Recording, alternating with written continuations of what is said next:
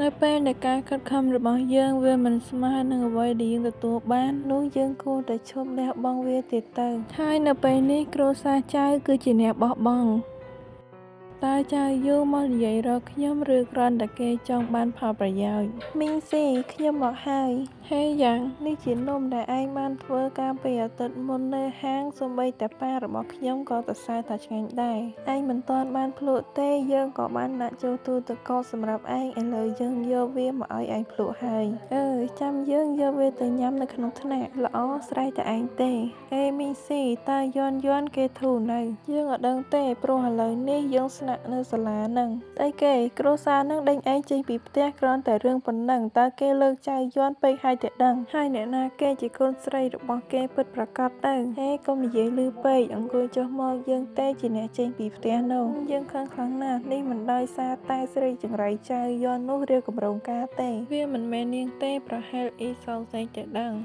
ដើម្បីប្រយោជន៍ចៅយន់វាមិនសមហេតុផលសោះឬមួយដោយសារលីយ៉ាទៅបើតាមការប៉ាន់ស្មានរបស់យើងវាប្រហែលហើយនាងប្រហែលច្រណែននឹងឯងដែលបានភ្ជាប់ពាក្យជាមួយលីយ៉ាតាំងពីកើតមិនក៏ឯងមិនប្រយល់គ្រួសារឯងទៅយើងបានប្រយល់ពួកគេហើយប៉ុន្តែគ្មានអ្នកណាគេស្ដាប់យើងទេវាដូចជាឯងជាមិត្តភក្តិរបស់យើងហើយរឿងនោះវាបានកើតឡើងមកលើឯងវាស្របនឹងបំណងរបស់គេហើយដល់ពេលនោះចម្រះគ្រប់យ៉ាងខ្ញុំនៅបង្ហាញថាឯងជាអ្នកបង្ក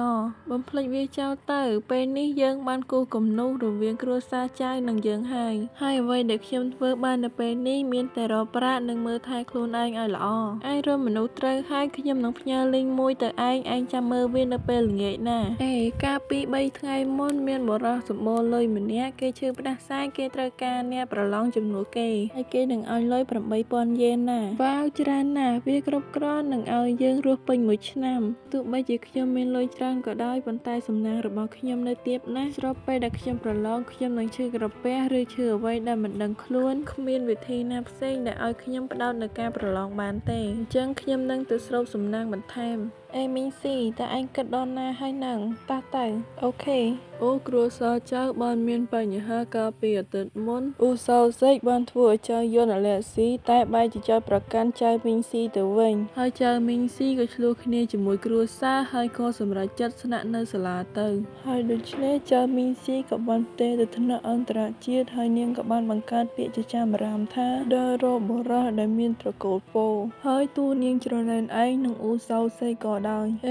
សោសេកគឺជាអ្នកណាគេទៅនៅថ្ងៃសុក្រពេលយើងប្រកួតចាប់តុងទី 2នាងបានយកទឹកឲ្យឯងហើយមីងស៊ីនៅក្បែរនោះហ៎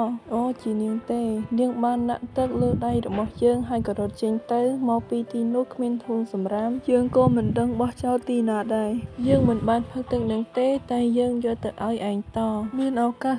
90%ហើយដែលចៅមីងស៊ីមិនបានឃើញរឿងនេះកាលពីអាទិត្យមុននាងបានឆ្លោះគ្នាជាមួយសោសេកដូច្នេះក៏ធ្វើឲ្យនាងសម្រេចចិត្តបដូរទៅថ្នាក់អន្តរជាតិវិញត្រឹមត្រូវហើយនោះជាដើមហេតុលីយ៉ាតើឯងចង់ធ្វើយ៉ាងម៉េចចំពោះរឿងនេះទៅហើយចុះបើនាងតាមឯងមែនតើឯងចង់ធ្វើយ៉ាងម៉េច